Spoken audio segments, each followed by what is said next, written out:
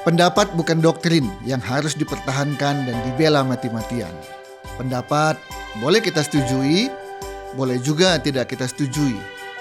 Tapi setidak-tidaknya, pendapat bisa menjadi referensi untuk memahami sesuatu dan kemudian jadi pertimbangan untuk mengambil sebuah langkah.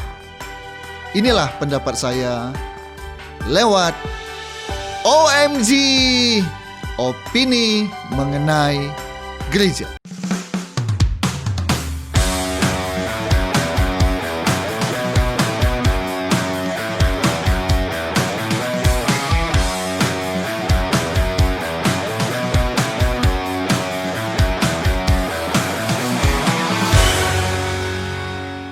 Puji Tuhan, kita bertemu kembali di opini mengenai gereja bersama dengan saya Yunus Timotius. Di episode kali ini saya akan memberikan opini saya dengan judul Gereja Bersaing atau Bergandengan Tangan. Ada berita beberapa waktu yang lalu, ada sebuah pendapat, ada sebuah saran. Sarannya berbunyi begini. Di Kelapa Gading, Jakarta, stop, jangan lagi ada gereja yang berdiri di sana. Duh, aneh ya. Ini siapa ini? Pasti bukan orang Kristen. Masa usulnya, sarannya, jangan lagi berdiri gereja di Kelapa Gading, Jakarta? Ternyata tidak. Yang mengusulkannya adalah orang Kristen sendiri. Lantas tujuannya apa? Sederhana. Alasannya sederhana. Yaitu di Kelapa Gading udah terlalu banyak gereja gitu. Jadi jangan ngumpul lagi di Kelapa Gading lagi, di Kelapa Gading lagi, di Kelapa Gading lagi. Seolah-olah di Jakarta nggak ada lagi daerah yang memerlukan gereja. Semua numplek-plek di sana. Ada sebuah gereja berdiri di sini, besar. Nggak jauh dari gereja ini berdiri lagi gereja lain yang besar juga. Jadi muncullah saran, jangan buka dan dirikan gereja lagi di Kelapa Gading. Artinya bukalah di tempat lain. Apalagi buka di Kelapa Gading dan dekat-dekatan lagi. Ya. Nah, kita jadi merenung. Dengan adanya satu gereja di tempat ini, kemudian buka lagi gereja di tempat itu yang relatif cukup berdekatan. Atau berada masih dalam satu lokasi yang sama. Tujuannya apa ya? Oh, nemanin supaya kita bisa bersama-sama, dekat, tetanggaan. Kan kalau keluarga tinggal di kompleks sama kan enak kan? Ada apa-apa kan dekat gitu ya. Seperti itu kah? Atau yang terjadi, yang sini pindah ke sana, yang sana pindah ke situ. Artinya apa? Ya terjadi persaingan. Bukan lagi bergandengan tangan, tapi jadi persaingan. Dari sana ke sini bisa lihat, dari sini ke sana bisa lihat. Oh, banyak yang jemaat yang datang ibadah, di sini agak sedikit berkurang. Oh, di sini banyak mobil mewah, di sana agak sedikit kurang. Tuhan Yesus pernah berdoa dan pernah berfirman, agar semua satu adanya.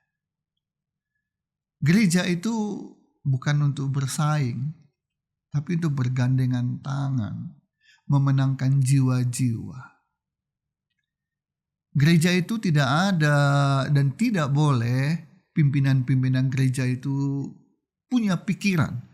Pikiran aja pun tidak boleh, apalagi tindakan. Kami gereja yang paling maju. Kami gereja yang paling sukses. Kami gereja yang paling besar.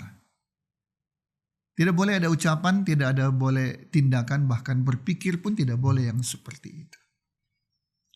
Yang ada adalah kami ingin memenangkan jiwa sebanyak mungkin. Bahwa dengan adanya memenangkan jiwa sebanyak mungkin, gereja kami jadi besar, jadi maju. Puji Tuhan. Tapi bukan tujuannya untuk gereja kami besar, maju, berkembang. Bukan. Sebab kalau mau disurvei, gereja besar yang buka di satu tempat Dalam waktu relatif singkat, banyak jemaat. Berapa persen jiwa baru yang baru terima Yesus sebagai Tuhan dan Juru Selamat yang beribadah di gereja itu? Sebaliknya, berapa persen jemaatnya adalah pindahan dari gereja-gereja yang lain? Jadi, itukah tujuan didirikannya sebuah gereja? Yang penting jumlah jemaatnya banyak. Mau itu dari gereja lain, nggak jadi masalah. Nggak saya pikirkan. Yang penting jemaat saya banyak. Dan untuk itu, kami siap bersaing dengan gereja-gereja yang lain. Gereja jangan bersaing. Bersaing gedung paling besar, bersaing jemaat paling banyak, bersaing ini, bersaing itu. Jangan. Bukan itu yang Tuhan inginkan pada gereja-gerejanya. Malah pertanyaannya, sudah sejauh mana gereja satu dengan lain saling bergandengan tangan? Saling menopang satu dengan lain. Saling bekerja sama. Dan terutama, gereja yang besar menopang gereja yang kecil. Merangkul gereja yang kecil. Sehingga gereja kecil tidak merasa sendiri, tidak merasa diabaikan. Karena kita semua satu tubuh Kristus.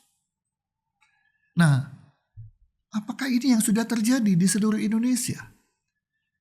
Yaitu gereja besar dengan gereja kecil saling berangkulan, saling bergandengan tangan. Sudahkah itu terjadi? Nah, ini pertanyaan untuk gereja-gereja yang dianggap sudah maju, sudah besar, sudah berkembang, dianggap sukses. Apa kepeduliannya? Apa rencana kerjanya untuk merangkul gereja-gereja yang kecil? Baik yang satu sinode maupun bukan satu sinode. Bukankah di surga nanti tidak ada sinode-sinode ini, sinode itu? Semua adalah satu dalam tubuh Kristus. Apakah kita harus dipisahkan dengan sinode?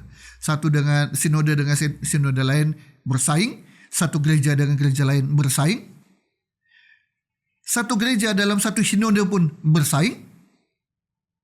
Begitukah? Ayo, mari kita buka hati kita.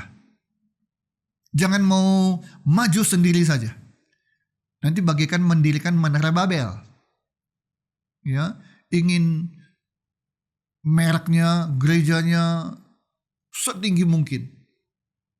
Dapat predikat gereja terbesar sedunia, se-Asia, se-ASEAN, se-Indonesia. Buang jauh-jauh pikiran seperti itu.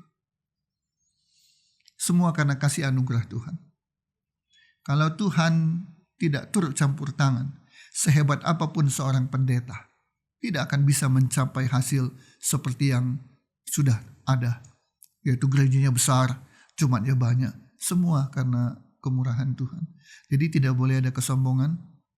Tidak boleh ada rasa saya yang paling bagus, saya yang paling hebat, saya paling berhasil. Tidak. Perhatikan kerjasama dan bergandengan tangan dengan gereja-gereja yang lain. Jujur saja, saya merasa ini yang kurang di gereja-gereja di Indonesia.